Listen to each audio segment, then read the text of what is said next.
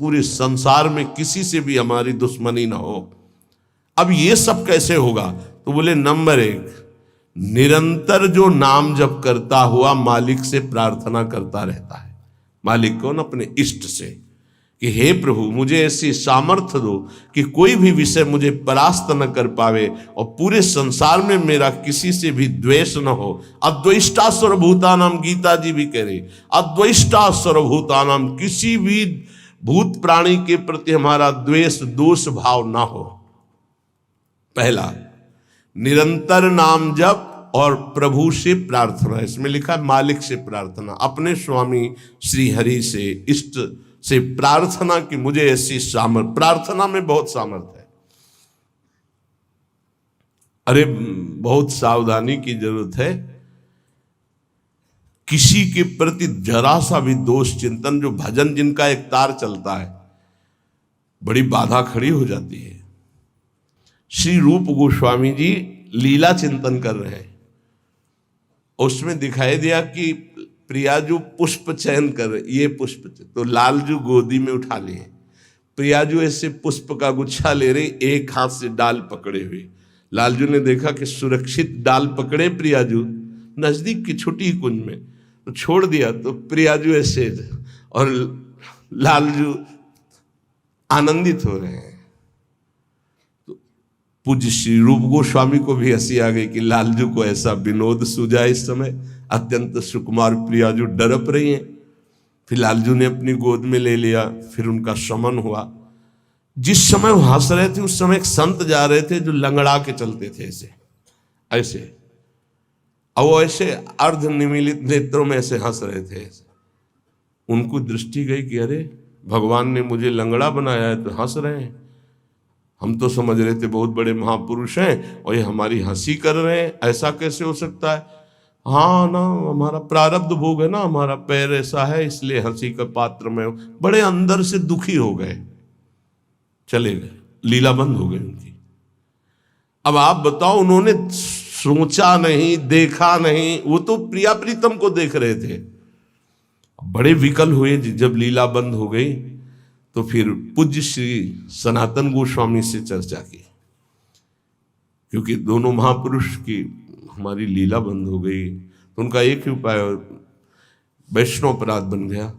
वो वैष्णव अपराध, किसी वैष्णव को अभद्र बोले या दुख पहुंचाए, ऐसा संभव ही नहीं। महाप्रभु चैतन्य देव की कृपा से ऐसा संभव ही नहीं है। कैसे ऐसे?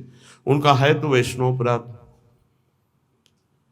अब ये विचार हुआ कि कैसे जाना जाए कि किससे अपराध बना, कैसे जाना जाए? जब किया ही नहीं प्रकट में तो जाना कैसे जाए? तो बोले कोई वैष्णव दुखी हो गया है तो वैष्णव सेवा की जाए, आसपास के जितने संत सबको निमंत्रण दिया जाए, पता चल जाएगा, सबकी जूठन पाई जाएगी तो शायद पुनः अपराध कोई हुआ हो जाने अनजाने में तो उसका मार्जन हो जाएगा।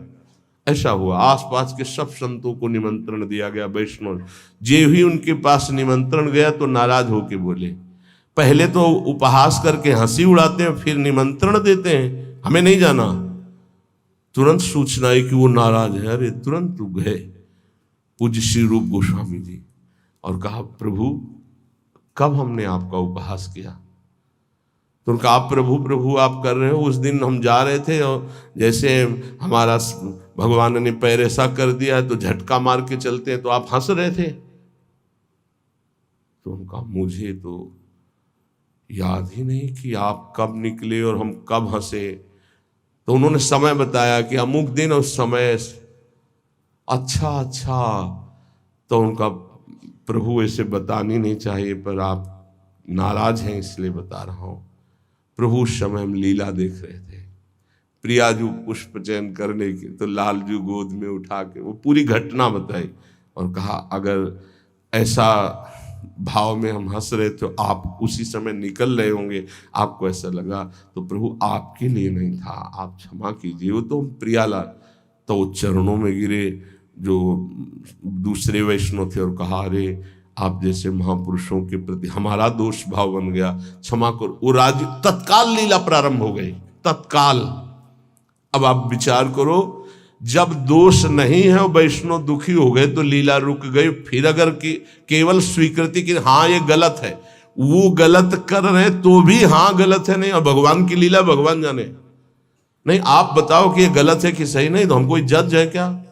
जिनके सारे हम चल रहे हैं उनके सारे वो चल रहे हैं, उनसे पूछो जाके, चले जाओ राधा राधा राधा। कभी किसी का फाइनल करने के नहीं, तस्मात् शास्त्रम तो तुम्हारा। ये बहुत सूक्ष्म विषय है, इसलिए वर्णन किया, बहुत सूक्ष्म विषय है, बहुत सावधान। नाम जापक भगवत प्रेम प्राप्ति के लिए इतनी सामर्थ्य जो अभी पीछे चर्चा हुई, उसके लिए निरंतर नाम जपो, प्रभु से प्रार्थना कि किसी भी के प्रति हमारा तनिक भी दोष भाव न बनने पावे। प्रभु से प्रार्थना, वही सबके हृदय में बैठे हुए, वही आपको ऐसे सामर्थ्य देंगे। क्योंकि सृष्टि में आपके प्रति प्रतिकूल व्यवहार होगा, आपका उपहास करेंगे, आप नाना प्रकार के कटु वचन बोलेंगे, आपको सह जाना है, उनके प्रति कटु वचन नहीं करना, दोष भाव नहीं करना, नहीं अपनी भगवत प्राप्ति में बाधा आ जाएगी।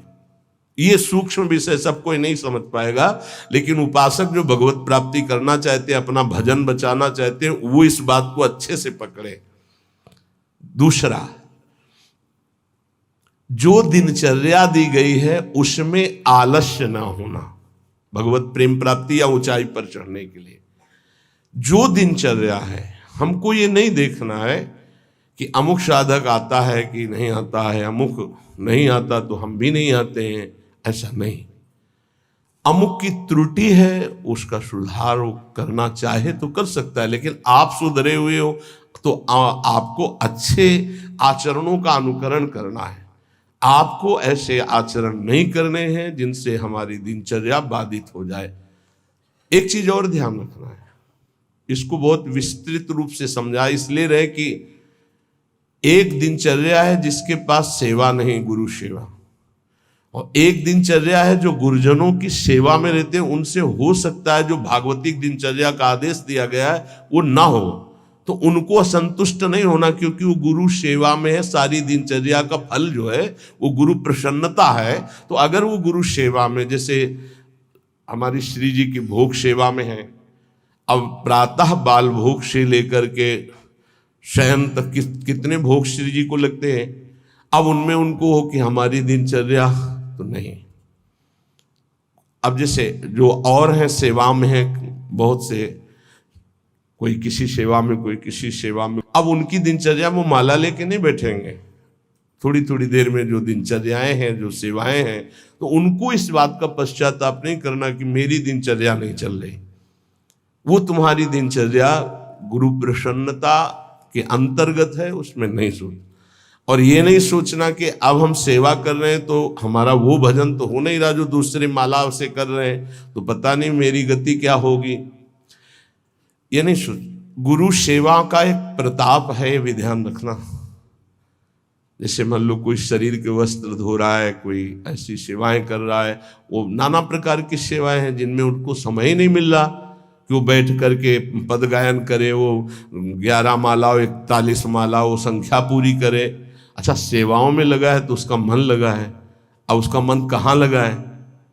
ये वस्त्र गुरु जी का है, ये गुरु जी के लिए जल है, ये उसका चिंतन हो रहा। ध्यान मूलम गुरु मूर्ति, पूजा मूलम गुरु पदम, मंत्र मूलम गुरु वाक्य, मोक्ष मूलम गुरु कृपा।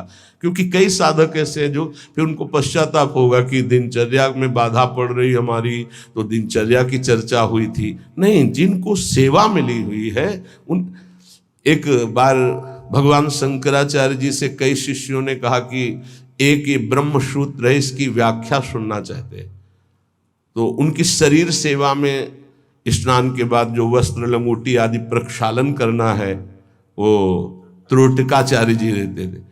तो उन्होंने कहा त्रोटक को आ जाने दीजिए। तो उन्होंने कहा प्रभु वो तो कभी व्याकरण नहीं पढ़े, कभी शास्त्र जब गायन स्वाध्याय होता है तो कभी बैठते नहीं हो, तो शरीर सेवा में ही लगे रहते। मतलब ज्ञान की चर्चा थी ना, तो शरीर को, गुरु के शरीर को वो साधारण शरीर समझ रहे थे। उनका अच्छा ऐसी बात है, आ जाने दो उसको। जब आ गए तो बोले खड़े हो, इस ब्रह्म सूत्र की व्याख्या करके बताओ। तो जो पढ़ने लिखने से नहीं आता, गुरु कृपा से आता है। तत्काल संस्कृत का प्रादुर्भाव हुआ और वैदिक सिद्धांतों का प्रवचन, सब दंग रह गए। तो उनका गुरु की लंगोटी ढोने वाले को साधारण समझते हो क्या? साधारण नहीं होता गुरु की लंगोटी धोने वाला, वस्त्र धोने वाला। असाधारण कृपा से सौभाग्य मिलता है, असाधारण कृपा से। तो जिनकी जो दिनचर्या ऐसी है कि उनको फुर्सत ही नहीं है, तो उनको कभी नहीं सोचना कि इतने बजे इतने बजे इतने, उनकी दिनचर्या है। तो ये चीजें ध्यान रखना है उपासक को। प्रमाद में हमें दिनचर्या में बाधा नहीं पहुंचानी, प्रमाद युक्त हमारी दिनचर्या नहीं होनी चाहिए। यदि गुरु सेवा, इष्ट सेवा में हमारी जो गुरु की अन्य साधकों के प्रति बताई हुई दिनचर्या उसमें बाधा पड़ती है, तो वो बाधा नहीं मानी जाएगी आपकी। दूसरा जो अभी वर्णन किया, गुरु प्रदत्त दिनचर्या में बाधा नहीं होनी चाहिए। बहुत बड़ी चीज है गुरु प्रदत्त दिनचर्या, बहुत बड़ी वस्तु है, बहुत बड़ी वस्तु। गुरु सेवा मिल गई तो लाडली जो अधीन हो गई पक्का। तीसरा, कुसंग से दूर रहना, ये बहुत जरूरी है, बहुत जरूरी है।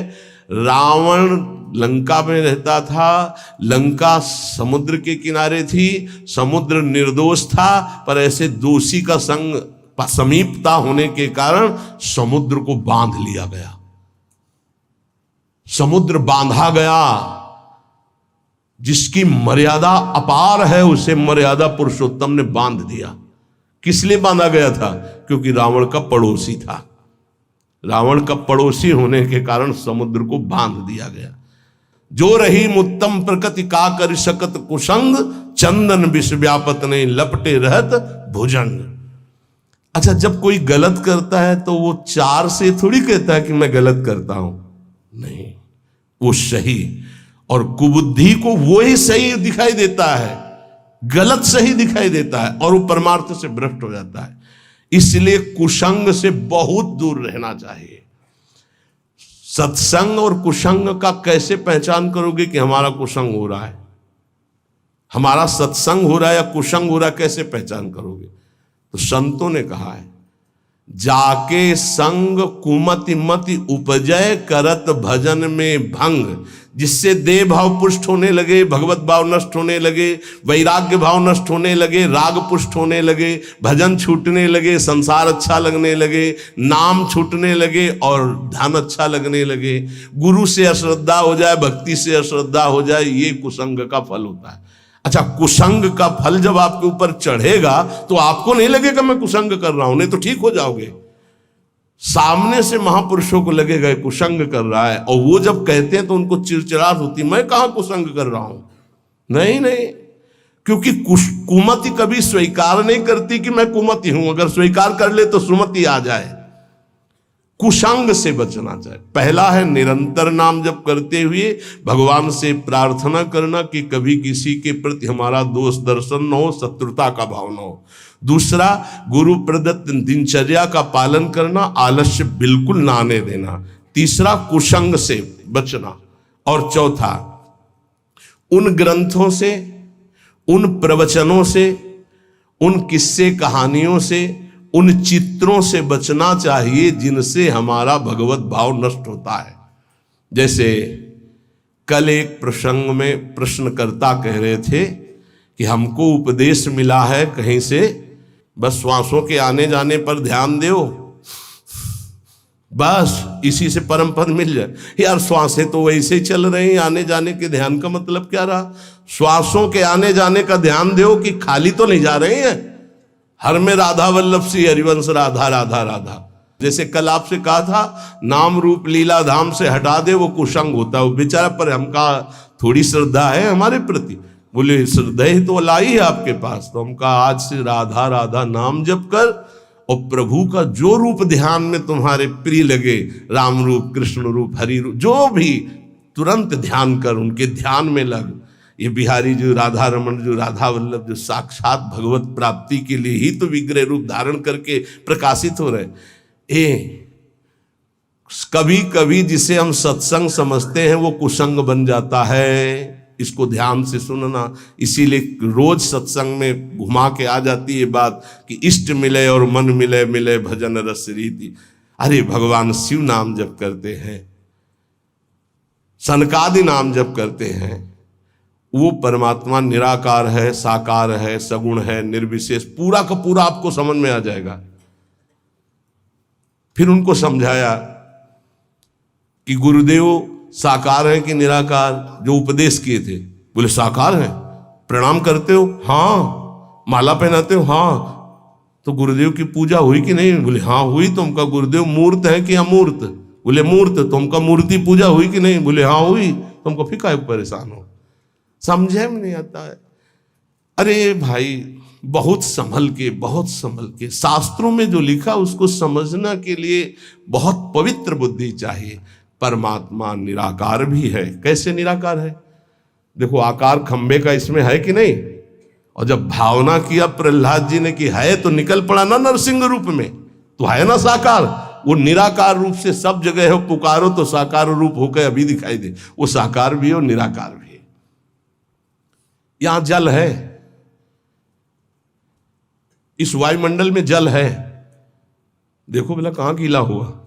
और एक मशीन है, जो उसको ऑन करके रखो तो एक कमरे में 3.5 लीटर 4 लीटर पानी 4-5 घंटे में निकल जाता है। और कमरे में कहीं बूंद नहीं है। वाष्प मतलब जल है, वाणी है। वाणी का मतलब आकाश शब्द है, वायु है, अग्नि तत्व है, इन सब कुछ विराजमान है। लेकिन निराकार दिखाई दे रहा है ना? कहां दिखाई दे रहा? सब साकार रूप में आ जाता है। वही साकार है, वही निराकार, कुछ अंतर नहीं। सबके हृदय में आकार, ये देखो बाहर, और अंदर बैठा हुआ है निराकार। और पुकारो तो आकार रूप के लेके आ जाएगा। राम तो मर्यादा पुरुषोत्तम कमल नयन रूप धर करके वही आ जाए। वही रूप है, वही अरूप है। कोई अंतर नहीं। सब ज्ञान हो जाता है नाम जप से, सब ज्ञान। पर बचो ऐसे उपदेश से जिससे भजन ही न हो पावे।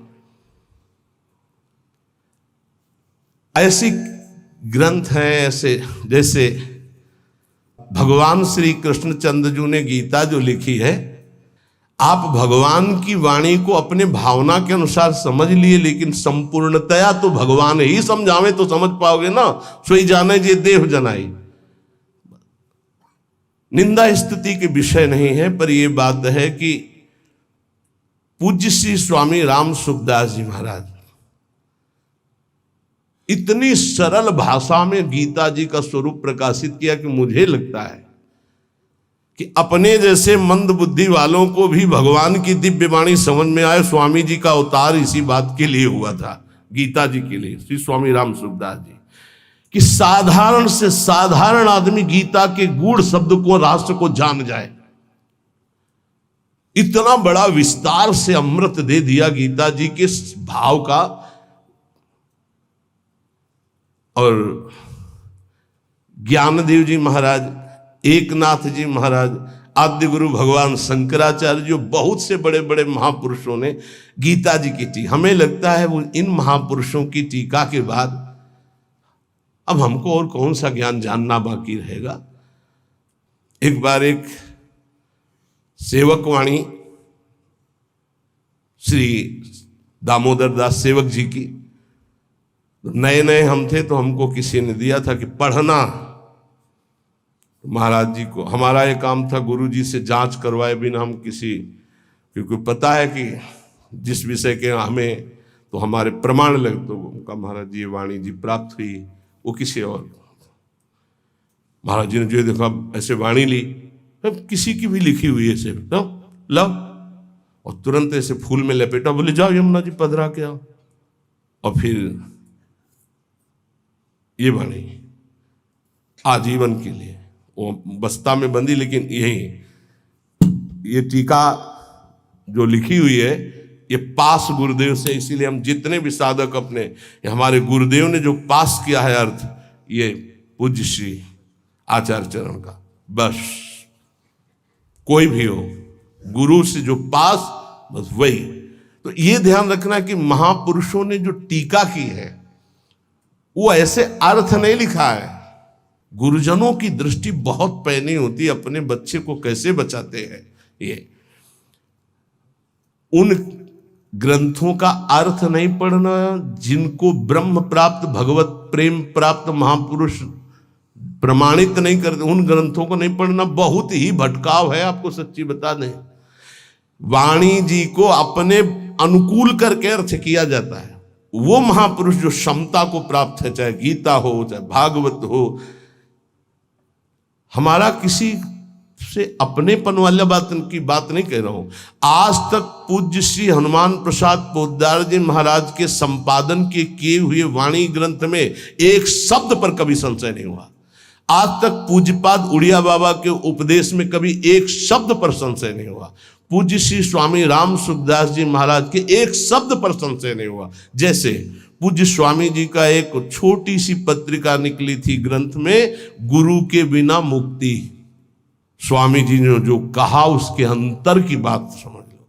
स्वामी जी ने के पास इतनी शिकायतें पहुंची, रोना धोना और बड़ा विचित्र कोटि का उस समय जिनके प्रति शिकायत हुई थी, तब स्वामी जी ने सभा में कहा था कि तुम जो सुन रहे हो, ये जगत गुरु श्री कृष्ण की वाणी सुन रहे हो, इसको मानो, इसी से तुम्हें परम पद मिल जाएगा। ऐसे बनाने की जरूरत नहीं है जहां ऐसे शिकायतें आ रही। स्वामी जी किस लक्ष्य को लेकर बोले थे? स्वामी जी किसी संप्रदायवाद को नहीं काटे, स्वामी जी किसी गुरु परंपरा को नहीं काटे। स्वामी जी के शब्द थे उस बनावटीपन के लिए, जो बनावटीपन से ठगा जा रहा है, लोगों के जो चित्तों की श्रद्धाओं का मर्दन किया जा रहा था। जब स्वामी जी के पास शिकायतें पहुंची, तब स्वामी जी ने वो बात कही कि ये जगत गुरु की वाणी है गीता जी, इसको सुनो, स्वीकार करो, जाओ, परम कल्याण ना हो जाए तो बताना, गुरु के बिना मुक्ति। गुरु बनाने की जरूरत नहीं, वचन सुनो, मानो और जाओ। कोई एक शब्द में उसको घसीटो मत इधर उधर, सीधे जिस प्रसंग से महापुरुष बोले उस बात को समझना है। तो हमको ऐसे ग्रंथ नहीं पढ़ने, ऐसी किताबें, ऐसे शास्त्रों की व्याख्या, ऐसे किस्सा कहानियां, ऐसे दृश्य, ऐसे चित्र, ये सब ना देखे जो भजन में बहुत बाधक है। पांचवा, किसी भी बहाने से जिसमें महिलाएं नृत्य करती हों वो दृश्य न देखिए। भले कीर्तन हो रहा है, भजे भजन हो रहा है, लेकिन जिसमें माताएं बहनें नृत्य कर रही, बैरागी को देखने की जरूरत नहीं है। फिर और नौटंकी तमाशा और सीरियल और वेब सीरीज इनकी तो जरूरतें नहीं है, बिल्कुल नहीं। कि खाली समय है, हम बड़ा मोबाइल है स्मार्ट, चाहे जितने स्मार्ट बनो, माया से ज्यादा स्मार्ट नहीं हो। वैसी स्मार्ट गिरी में फंसा देगी तुम्हें, ये सारी स्मार्ट गिरी चली जाएगी। बहुत होश में। चेटक, नाटक, नाच, तमाशा, ये सब परमार्थ के लिए बहुत हानिकारक है। किसी बाहरी साधक से पूछा कि मोबाइल में आप, बोले बस गेम खेल लेते हैं। अरे यार, गेम खेलना है तो नाम का गेम खेलो, मंत्र का गेम खेलो, हाँ, वाणी जी का पूरा गेम खेलो। क्या शुरू करो उल्टा चतुरासी जी, आज वह देखिए तो प्यारी रंग भरी, छाण दे माननी मान मन धरी, वो नागरता की उल्टा गेम खेलो। अभी देखो आंसू आने लगेंगे तो ये गेम खेलोगे। अगला सूत्र, प्रेम प्राप्ति के, अपनी निरख परख स्वयं करते हुए गुरुदेव से जांच करा ले। अपनी अंतर की वृत्तियों को देख ले, जहां को संशय लगे तो जांच करवा ले कि ये वृत्ति सही है या गलत, जैसे बाहरी लोग आके कराते हैं। अब सबे खड़े ना हो जाए वहां जाके कि एकांतिक तुम वहीं से होने लगे। रोज सत्संग में यही तो जांच परख होती कि आप अपनी जांच कर लो। नहीं तो एक बार कहा कि अपनी दिनचर्या बना के आओ, तो इतने कागज आ गए, हम कब तक हम इनको देखेंगे। दिनचर्या जांच, इंद्रियों का जब विषयों के प्रति आक्रमण होता है, एक वेग होता है, एक आकर्षण होता है, एक ऐसा जिसे तुम रोक नहीं सकते, उस समय तुम्हें जरूर संत संग में हो जाना चाहिए। उस समय बुद्धि काम नहीं करेगी। और जिस समय तुम्हारा केवल बुरा चिंतन बन रहा है, ये उस समय की बात है कि आक्रमण हो चुका है, अब तुम बच नहीं सकते। अब इसको संत संग से मिटाओ तुरंत, तुम अकेले नहीं मिटा पाओगे। और अगला जो है वो कह रहे हैं, जब तुम्हारा चिंतन गलत हो रहा तो नोच के फेंक दो, मिटा दो उस चिंतन को जो गंदा हो रहा है, नहीं तो आगे फिर वही दशा आ जाएगी। एकांत में इंद्रियां और मन साधक के ऊपर शासन करते हैं, उस समय साधक को अपनी इंद्रिय और मन की रखवाली करना है बस। इसलिए एकांत में भजन बहुत जरूरी है। 10वां, जैसे परीक्षार्थी परीक्षा की तैयारी करता है, ऐसे परमार्थी द्वंद्वों की तैयारी कर ले। मान अपमान, निंदा स्तुति, लाभ हानि, सुख दुख, ये आने वाले हैं, तुम्हें समान रहना है। तैयारी करो परीक्षा की। और ये परीक्षा जब होती तब आप समझ नहीं पाते कि आपकी परीक्षा हो रही, और समझने नहीं दिया जाएगा परीक्षा हो रही। कम से कम परीक्षा में तो बताया जाता है कि कल से पेपर शुरू है, सावधान, तैयारी कर लियो। अपने यहां परीक्षा बताई ही नहीं जाती, बाहर निकले से शुरू हो गई परीक्षा। अब तुम्हारे दिमाग में नहीं कि परीक्षा है, तो तुम उससे लड़ पड़े, फेल हो गए, नंबर कट गए। बिल्कुल हर समय कभी भी कहीं भी परीक्षा हो रही। ये बहुत बड़े महापुरुष हैं, कह रहे हैं कि जैसे परीक्षार्थी को अपनी परीक्षा की तैयारी करनी होती है, ऐसे परमार्थी को अपनी परीक्षा की तैयारी करनी। क्या? स्तुति, निंदा, मान अपमान, लाभ हानि, शत्रुता मित्र, ये द्वंद्व आएंगे, आपको उत्तर देना इनका, तभी आपकी द्वंद्वातीत अवस्था आएगी। तैयार रहो, रोने की जरूरत नहीं, उसने हमको ऐसा कह दिया, उसने ऐसा किया, उसने। तैयार रहो, परीक्षा हो रही। पर उस समय याद नहीं रहता कि परीक्षा हो रही, और जिसको याद रहता है बच के निकल जाता है। बड़े बड़े महापुरुषों को ये परीक्षा देनी पड़ती है, बड़े बड़े महापुरुषों को, ये मत समझो। हाँ, ये द्वंद्व आएंगे, आपको इनकी परीक्षा देनी, परमार्थी हो। और 11वां, इतना भजन कर लो कि तुम्हारे हृदय में मौत का डर खत्म हो जाए, मृत्यु का डर खत्म हो जाए। 2 प्रकार का डर होता है, एक विचार डर होता है और एक होता है सहज डर। सहज डर सबको होता है। सहज डर जैसे अपने लोग सत्संग में एकदम कोई चीख दे, एकदम ऐसे हो, इसे सहज डर कहते हैं। ये बड़े बड़े ज्ञानियों को, जीवन मुक्तों को भी होता है, पक्का होता है। जैसे अभी कोई कीक एकदम निकले तो एकदम ऐसे हो जाएंगे, अरे सुरक्षित हो, कोई ऐसा नहीं। पर ये सहज डर है। और एक होता है विचार डर। भक्तों में, ज्ञानी महापुरुषों में विचार डर नहीं होता। यही बात जो यहां लिखी है, एक बार स्वामी मग्नानंद सरस्वती जी सेनपुर में बट वृक्ष के नीचे कर रहे थे, तो एक विरक्त महात्मा आए थे, ज्ञानी। तो उनका, स्वामी जी सहज डर कैसे हो सकता है? जब सहज स्वरूप में रहता है ज्ञानी, देह भाव में रहता है, तो सहज डर कैसे हो सकता है? हम आपकी बात नहीं मानते। विचार डर तो होता ही नहीं, लेकिन सहज डर भी नहीं होता। कोई संसारी आदमी वो देह भाव से ऊपर उठे। महात्मा को चौकी लगाओ, वो बड़े सिद्ध पुरुष थे, बड़े, देखो जो भगवत प्राप्त होते बड़े मस्त रहते हैं, बड़े मौजियल, उनको किसी की परवाह नहीं होती। एक मस्ती, ऊंची चौकी में बैठा ला, तो उनका कह रहे, नहीं महाराज आप नीचे बैठे हैं। बोले, आप इतना सुंदर ज्ञान की बात कहे, आपको चौकी ना मिले, विराजो। बैठ गए चौकी। और उनको क्या पता कि सिद्ध महापुरुष लीला हो रही। तो जो इस शुरू के, तो जो गीध है या जैसे चील है, ये बड़े पक्षी होते हैं। तो एक चील ऐसे बैठा बरगद की सूखी डाल पे, वो खर खर खर ऐसे करती, जो ऐसे आए वैसे हुए, चौकी के नीचे गिरे। चौकी ऐसे हुई, ऐसे गिरे। अरे भाई चौकी संभालो संभालो, बैठो बैठो महाराज। ये कौन सा डर था?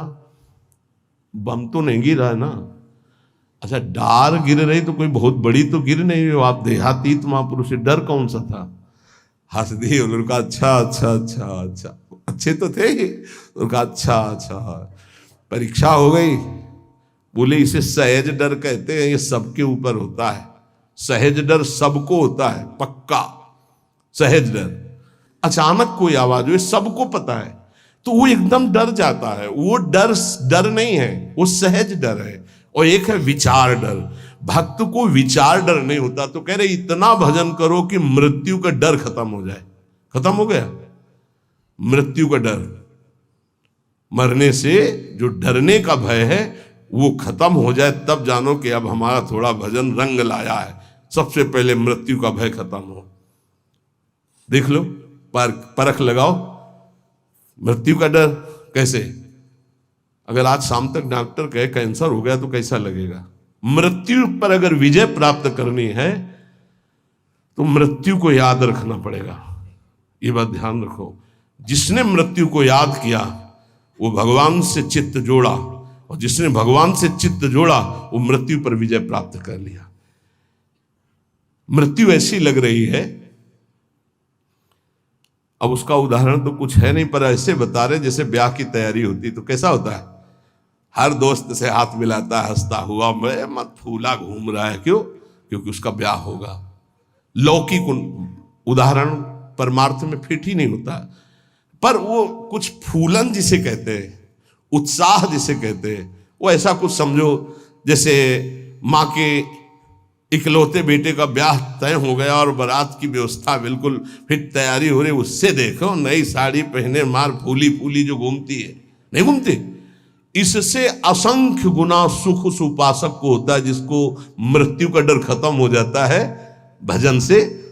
ये ऐसा कि जैसे कि कब वो दिन आएगा जब श्रृंगार करके हम अपनी प्रियाजू के पास होंगे और इस शरीर का व्यवहार खत्म प्रियाजू के पास। धन्य है वो घड़ी जिस दिन प्रियाजू की प्रगट समीपता सेवा की और प्रगट व्यवहार खत्म। इसका ऐसा आनंद होता है जैसे उस माँ को अपने बेटे के ब्याह में, उस बेटे को अपनी पत्नी के मिलन की चाह में जो सुख की एक फूलन होती है वो तो एक प्राकृतिक है, इससे अनंत गुना फूलन उपासक के हृदय में होती इष्ट से मिलने की, मिले हुए भी अनमिल। अब वो जो मिलन होगा वो निरंतर का होगा, इसलिए कितना आनंद। थोड़ी देर सोचो, अभी बात आ जाए कि चलो भाई निकुंज चलो, कौन कौन तैयार होगा? अभी चलने के लिए तत्काल में तैयार वो है जिन्होंने सर्वस्व त्याग करके एकांत में रोया है प्रियाजू के लिए, वो कह देंगे अभी ले चलो इसी क्षण, क्योंकि उनके सिवा मेरा कोई है नहीं और मैं उन्हीं के लिए तड़प रहा हूं या तड़प रही हूं। ये है मृत्यु के डर पर विजय प्राप्त करना। नहीं तो सच्ची कहते हैं कि अगर अभी आ जाए भगवान की, देखो बाहर भी मान राधा के कुंज के बाहर, चलो बैठो पहले मरो फिर चलो, कौन कौन तैयार होगा? तो बहुत कम तैयार होंगे। असलियत में मृत्यु का डर खत्म हो जाए। देखो हाथ जिसने उठाया हिम्मत से उठाया है और देख लेला। अगर अब डरे तो कच्चे रहोगे, नहीं सच्चे हैं श्री जी के लिए। मुझे श्री जी चाहिए, ये शरीर तो छूटना ही आज नहीं तो कल छूटेगा प्यारे, श्री जी के लिए पक्का। और जिसने हाथ उठाया है बस हिम्मत रखना, चलोगे साथ ही। देखो एक प्रेमानंद ऐसे यहां सोफा में बैठा है और एक प्रेमानंद तुम्हारे दिमाग में बैठा है, देख लो। तुम्हारे दिमाग वाला प्रेमानंद तभी मुक्त होगा जब तुमको मुक्त कर देगा, ये बात पकड़ लेना। एक प्रेमानंद ये बैठा है जो तुमको सोफा में दिखाई दे रहा है, और एक प्रेमानंद तुम्हारे हृदय में तुम्हारे दिमाग में बैठा है, जिसकी बात पर आप चल रहे हो, वो तभी मुक्त होगा जब तुमको मुक्त कर देगा। ये बात ध्यान रखना। सच्चा गुरु कभी अपने को मुक्त नहीं होने देगा जब तक तुम्हें मुक्त नहीं होने देगा। गुरु बंदी बन जाता है शिष्य के हृदय में, जब शिष्य को भगवत प्राप्ति करा देता है तब वो मुक्त होता है। ये गुरु बनना कोई खिलवाड़ नहीं है, गुरु प्रताप से गुरु का। ये जो तुम्हारे हृदय में प्रेमानंद बैठा है, देखो है कि नहीं, तुम्हारे दिमाग में जो है, तुम्हारे हृदय में, वो तुम्हें जीवन मुक्त करने के लिए बंदी बन गया तुम्हारे हृदय में। वो तभी मुक्त होगा जब तुम्हें मुक्त कर देगा। तो जितनी जल्दी तुम मुक्त होगे उतनी जल्दी वो मुक्त होगा। वो गुरु मोक्ष स्वीकार नहीं करता, पहले शिष्य का। कौन सा गुरु? ध्यान रखना, जो तुम्हारे हृदय में बैठा हुआ। ये हम जानते हो किसकी बात कर रहे हैं? श्री ज्ञानदेव जी की, श्री एकनाथ जी की। इन बड़े बड़े महापुरुषों के वचनों में जो स्वाध्याय पूर्व में किया था तभी पकड़ा था कि गुरुदेव शिष्य के हृदय में तब तक बंदी बन के रहते हैं जब तक उसका परम कल्याण नहीं कर देते। तो मृत्यु का डर खत्म हो जाए तो जान लो कि अब हम निकुंज में इतना भी डर नहीं है, इतना कि यार शरीर छूटेगा। शरीर का डर नहीं, डर एक है हमारे अंदर, वो हमने फिर बताया था। कि कभी कोई ऐसी बात ना हो कि धाम से बाहर हो जाऊं या प्यारी जू को भूल जाऊं। बस यही एक डर है और कोई डर नहीं है। और इसी डर के लिए आचार्य और गुरु से भीख मांगते रहते, याचना करते रहते। हम सब जिस समय संध्या आरती होती है तो एक दोहारे कहते, बिसरी हो ना बिसारी हो यही दान मुहि देहु, श्री हरिवंश के लाडिले मोहि अपनी करिले। कभी मैं आपको भूलूं नहीं और आप भी कभी कभी याद कर लें कि मेरी दासी है, मेरा निज जन है। बस यही अपने लोग संध्या आरती में रोज प्रार्थना करते हैं, बिसरी हो ना बिसारी हो यही दान दे। पहला, निरंतर नाम जप, प्रभु से प्रार्थना करना कि किसी के प्रति हमारा दोष दर्शन हो। दूसरा, अपने गुरु प्रदत्त नित्य दिनचर्या को यथावत करना, आलस्य प्रमाद न करना। तीसरा, कुसंग से दूर रहना। चौथा, बुरी किताबें, किस्सा, कहानियां या ऐसी टीकाएं न पढ़ना जो हमारे अंदर भ्रम पैदा कर दे। पांचवा, नाच तमाशा, चेटक, नाटक, चित्र और ऐसे दृश्य, ऐसे सीरीज आदि ना देखे जिससे हमारा मन विषयों में चला जाए। छठवां, अपनी निरख परख करके गुरुदेव से अपनी जांच कराते रहना। सातवां, इंद्रियों को जब देखे कि ये बुरे आक्रमण में बिल्कुल अब फंसा ही देंगी तो तत्काल किसी संत का आश्रय ले तुरंत, क्योंकि उस समय तुम्हारा विचार तुम पर हावी है। अब कोई महापुरुष ही तुम्हें बचा सकता। उस समय जैसे आप संत के संग में नहीं हो तो आप सत्संग शुरू कर दो और बड़े ध्यान से सुनने लगो तो शायद आपकी बुद्धि बच जाए। नहीं, कोई सत्संगी हो तो उसके समीप चले जाओ और उससे वार्ता करने लगो। आपका मन बटना चाहिए, उस समय एकांत नहीं होना चाहिए। आठवां, जब बुरा चिंतन उठे, इसमें जो शब्द है उसे नोच कर निकाल के फेंक दो, उसका अस्तित्व ही मत रखो। नवा, एकांत में विशेष मन और इंद्रियां हावी होती हैं, इसलिए साधक को एकांत में बहुत सावधानी पूर्वक भगवत चिंतन करना चाहिए। दसवां, जैसे विद्यार्थी की परीक्षा की तैयारी होती है ऐसे परमार्थी को अपने हर समय ध्यान रखना कि तुम्हारी कभी भी परीक्षा हो सकती है और हमको उत्तीर्ण होना। जब उत्तीर्ण होगे तो भक्ति की भूमिकाएं या ज्ञान की भूमिकाएं जागृत होने लगेंगी। 11वां, मौत का डर खत्म हो जाना चाहिए। भजन के प्रताप से मृत्यु का डर खत्म हो जाना चाहिए।